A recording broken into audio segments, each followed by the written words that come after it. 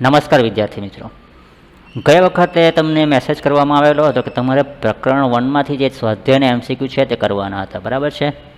તો ઘણા એટલે મોકલ્યું નથી, તો હવે આજે કદાચ કોઈકને એવું હોય કે ગુરુવાર સુધી મોકલવાનું, તો મેં નીચે બીજો મેસેજ લખેલો હતો કે બુધવાર સુધીમાં મોકલવું, પરંતુ કંઈ રહી ગયું હોય તો તમે ફરીથી મોકલી શકો છો.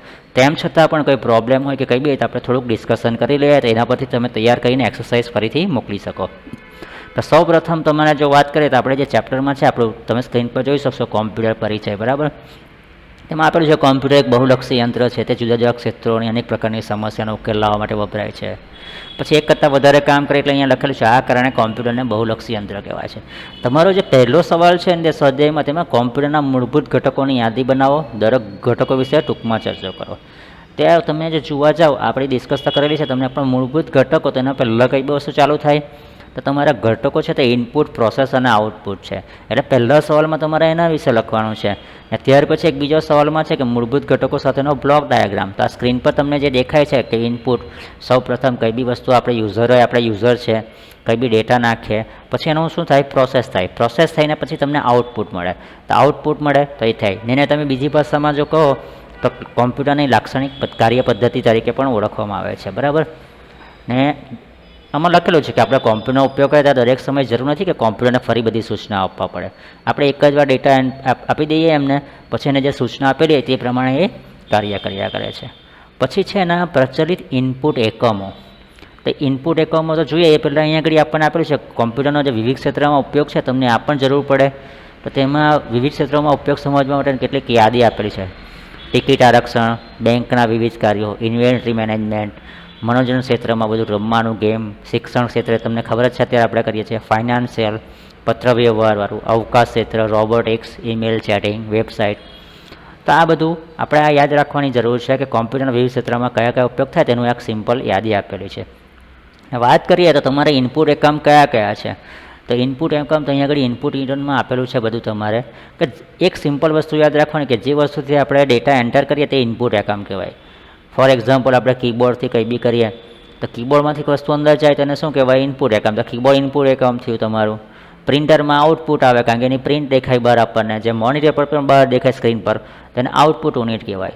અત્યારે હું તમને શોર્ટમાં કહું, પણ તમારે વાંચવાનું જરૂરી છે એટલા માટે કહું છું કે આ વાંચીને તમે એકવાર જવાબ આપશો તો થાય. તો ઇનપુટ એકમનું એ બધું આપેલું છે. ત્યાર પછી અહીંયા આગળ મેમરી આપેલી છે, અને તમને એ પણ આવશે કે આઉટપુટ યુનિટ કયા આવશે, ઇનપુટ એ તમને એક પછી એક આવેલા જ છે. ત્યાર પછી એમાં ક્વેશ્ચન છે કે પ્રાઇમરી અને સેકન્ડરી મેમરીનો તફાવત સમજાવો. તો પ્રાઇમરી મેમરી તો અહીંયા આગળ મેમરી એન્ડ કંટ્રોલ યુનિટમાં આપેલું છે, પ્રાઇમરી મેમરી. પછી એમાં સેકન્ડરી મેમરી આપેલી છે. આ પ્રાઇમરી મેમરી એક સિમ્પલ વ્યાખ્યા છે કે હંગામી મેમરી, એટલે કે ટેમ્પરરી મેમરી હોય, જે કંઈ બી હોય તો મુખ્ય મેમરીમાં સેવ થાય, પણ જ્યાં સુધી આપણે કોમ્પ્યુટર ચાલુ હોય ત્યાં સુધી રહે, એ રેમમાં રહે અંદર, એટલા માટે. ને કોમ્પ્યુટરની સ્વિચ બંધ કરવામાં આવે ત્યાં ક્લિયર થઈ જાય મેમરી, બરાબર? પછી બંધ કરે એટલે પાછું રિસેટ થાય એટલે નાશ થઈ જાય એનો. જ્યારે સેકન્ડરી મેમરી છે એ નાશ નથી થતી, એ અંદર રહે જ છે, બરાબર છે? એટલે તમારે એ પણ આવશે. એના પછી એક બીજો સવાલ તમને આપેલો છે, એરિથમેટિક લોજિક, એટલે એએલયુ એટલે શું? તો આપણને એએલયુનું ફૂલ ફોર્મ ખબર હોવું જોઈએ. અહીંયા તમે જોઈ શકો છો એરિથમેટિક લોજિક યુનિટ, બરાબર છે? તો એનું કામ શું છે, તો બધું ગણતરી કરવાનું. તો એરિથમેટિક લોજિક યુનિટ તો કેલ્ક્યુલેશન કરવાનું કે કંઈ બી કરવાનું, તે બધું કામ કરે. તો તમારે એ આવશે પ્રોસેસિંગ યુનિટ. કંટ્રોલ યુનિટ એટલે શું, તો સીયુ એટલે કંટ્રોલ યુનિટ કહેવાય. તમે એકવાર વાંચશો તો ખ્યાલ આવશે, પછી તો તમને તકલીફ પડે તો હું ફરીથી સમજાવીશ, પણ જરાક આ વસ્તુ તમારે ધ્યાનમાં રાખવાની જરૂરી છે. પછી ત્યારે તમારે આઉટપુટ યુનિટ, અહીંયા મેં તમને કીધું ક્વેશ્ચન છે તે આવશે. પછી કોમ્પ્યુટરનું મગજ કોને કહેવાય, તો પછી સીપીયુને કહેવાય. અહીંયા એક ચાર્ટ દ્વારા તમને ખબર પડે કે ચાર્ટમાં અહીંયા આપેલું છે સેન્ટ્રલ પ્રોસેસિંગ યુનિટ. તેની અંદર તમે ઇનપુટ છે, કંટ્રોલ યુનિટ, એએલયુ, આઉટપુટ, પછી નીચે પ્રાઇમરી મેમરી અને સેકન્ડરી મેમરી આપેલી છે. તો આ અહીંયા આગળ લખેલું છે તમને આકૃતિમાં, જો કોમ્પ્યુટરના મૂળભૂત ઘટકો. પહેલામાં ઉપર જે ચાર્ટ આપેલો હતો તેમાં 3 વસ્તુ હતું. અહીંયા આગળ કોમ્પ્યુટરના મૂળભૂત ઘટકોનો ગ્રાફ બનાવવાનો એ સવાલ છે તમારો. તો એ ડાયાગ્રામ છે, તમારે આ ડાયાગ્રામ દોરવાનો રહેશે આકૃતિ 1.2માં, બરાબર છે? એટલે આ ડાયાગ્રામ દોરશો તમે એટલે તમને ખ્યાલ આવશે. પછી છે કોમ્પ્યુટરની લાક્ષણિકતા અને ફાયદાઓ. એ સવાલ છે, તો અહીંયા આગળ આપેલું છે તમને આખું લાક્ષણિકતાના ફાયદા, કે સ્વયં સંચાલન, ચોકસાઈ, પછી અહીંયા આગળ લાંબા સમય સુધી ડેટાનો સંગ્રહ, બરાબર? યાંત્રિક અને વારંવાર પુનરાવર્ત કરે, એટલે એકને એક વસ્તુ આપણને જ્યારે પણ જોઈએ ત્યારે આપણને મળી રહે. પ્રોગ્રામિંગ કરવાની ક્ષમતા, એ આપેલું છે, બરાબર? ને પ્રચલિત લાક્ષણિકતાનો અહીંયા આગળ એક ચાર્ટ પણ આપેલો છે.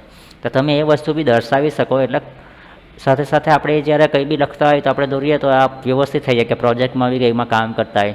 તેની લાક્ષણિકતા અહીંયા પિક્ચર દ્વારા તમને દર્શાવેલી છે કે ભાઈ I am fast, I am accurate, I am automatic, I can reminders, બરાબર, આઈ એમ પ્રોગ્રામેબલ. ત્યાર પછી છે સોફ્ટવેર. સોફ્ટવેર એટલે એક જોવા જાય તો પ્રોગ્રામ છે, બરાબર. આપણે જે બી કામ કરીએ તો ઓપરેટિંગ સિસ્ટમ હોય તો તેની અંદર પણ આપણા બધા પ્રોગ્રામ છે તો પ્રોગ્રામ અંદર કોમ્પ્યુટરમાં નાખેલા હોય તો તેમાં આપણે કામ કરી શકીએ. દાખલા તરીકે MS ઓફિસ છે તેમાં વર્ડ આવે, એક્સેલ આવે, પાવર પોઈન્ટ આવે. ઓપરેટિંગ સિસ્ટમ જુદું છે એટલે સોફ્ટવેરમાં બી બે સોફ્ટવેર આવે, સિસ્ટમ સોફ્ટવેર અને એપ્લિકેશન. પણ આપણે જે બી કરવાના છે તો સોફ્ટવેરમાં કામ કરતા હોય આપણે તો એ સિસ્ટમ સોફ્ટવેર એટલે ઓપરેટિંગ સિસ્ટમ કહેવાય અને બાકીના એપ્લિકેશન કહેવાય. ના પ્રોગ્રામનો સમૂહ, પ્રોગ્રામ એટલે કેવું એક પછી એક આપણે સૂચના આપીએ ક્રમવાઇઝ એને પ્રોગ્રામ કહેવાય, પણ એક કરતાં વધારે પ્રોગ્રામનો સમૂહ થાય એ સોફ્ટવેર કહેવાય તમારે, બરાબર. તો સોફ્ટવેર એટલે શું તો અહીંયા આગળ તમને આપેલું છે તો તમે એની વ્યાખ્યા અહીંયા આગળ આપી શકો છો. પછી બીજો ક્વેશ્ચન છે હાર્ડવેરનું છે. તો હાર્ડવેરનું છે તો હાર્ડવેર કરતાં અલગ કીબોર્ડ, માઉસ આ બધું અહીંયા આગળ આપેલું છે. અહીંયા પણ ચાર તમને ધરાવેલું છે ડોક્યુમેન્ટેશન, ડેટા, ઇન્સ્ટ્રક્શન, આ બધું સોફ્ટવેરમાં આવે છે. આ સોફ્ટવેરના ઘટકો છે, બરાબર છે. ને પછી અહીંયા ફર્મવેર સવાલમાં હોય કે ના હોય પણ આપણ સાથે જરૂરી છે તો આ વસ્તુ તમને આપેલી છે. તો તમારે અત્યારે ધ્યાન રાખવાનું એ જ. ને પછી સૌથી અગત્યની વાત છે કે તમે જ્યારે પણ ચેપ્ટર પતાવો તો છેલ્લે ચેપ્ટર પતે તો અહીંયા આગળ સારાંશ આપેલો છે. તો સારાંશ બહુ ઇમ્પોર્ટન્ટ વસ્તુ છે. તમે સારાંશમાં કઈ બી વસ્તુ છે તે લોકો શોર્ટમાં કરેલું છે કે કોમ્પ્યુટર એક યંત્ર છે જે ડેટા અને સૂચનાઓ સ્વીકારે છે, મેમરીમાં તેનો સંગ્રહ કરે છે અને માંગણી મુજબ તેનો અમલ કરે છે. આપણે આ પ્રકરણમાં એક લાક્ષણિક કોમ્પ્યુટરની કાર્ય પદ્ધતિ વિશે જાણ્યું. આપણે વિવિધ નિવેશ, નિર્ગમ, પ્રક્રિયાના એકમ વિશે ઉદાહરણ શીખ્યા. કોમ્પ્યુટર તેની ઝડપ, ચોકસાઈ અને સંગ્રહ કરવાની ક્ષમતા જેવી અનેક ખૂબીઓને કારણે અનેક વિનિયોગમાં વપરાય છે. કેટલાક વિનિયોગ સહિત કોમ્પ્યુટરની અગત્યની લાક્ષણિકતાઓ આપણે આ પ્રકરણમાં જોઈ. અંતમાં આપણે હાર્ડવેર, સોફ્ટવેર અને ફર્મવેર બાબતે ચર્ચા કરી. એટલે તમને કીધું તેમ કે આ વસ્તુ તમે એકવાર વાંચશો, લખશો, પછી પ્રોબ્લેમ પડે તો મને ફરીથી પૂછશો તો આપણે એ પ્રમાણે કહીશું. હવે અત્યારે તમે MCQ નહીં કરીને મને સ્વાધ્યાયના ખાલી આ 11 સવાલ છે એ પણ લખીને મોકલાવશો તો ચાલશે, બરાબર. ત્યાર પછી પણ કંઈ ખબર નહીં પડે તો તમે મને મેસેજ કે વોટ્સઅપ કરી શકો છો, બરાબર છે. તો આ જે સૂચના આપવા માટે ખાસ આ તમને કર્યો. અને હવે પછી બીજા વિડીયો બી તમને આવી રીતે પ્રેક્ટિકલી બતાવવામાં આવશે કે તમને કર્સર ક્યાં લઈ જવાનું, કેવી રીતે પ્રોગ્રામ ખોલવાનો, કયા પ્રોગ્રામમાં કઈ રીતે કામ કરવાનું, તો બધા આ રીતે તમને બતાવવામાં આવશે એટલે તમને બી તકલીફ નહીં પડે, બરાબર છે. તો વિદ્યાર્થીઓ મિત્રો આજે આટલું, બરાબર છે. આ જરાક વાંચીને કરી દેજો. આપણે એક પછી એક ચેપ્ટર આ રીતે કરશું. એકવાર તમને આપીશ, એકવાર હું સોલ્યુશન કરાવીશ, પછી બી તમને પ્રોબ્લેમ નહીં પડે તો પાછું સોલ્યુશન કરાવીશ, બરાબર. Okay, thank you.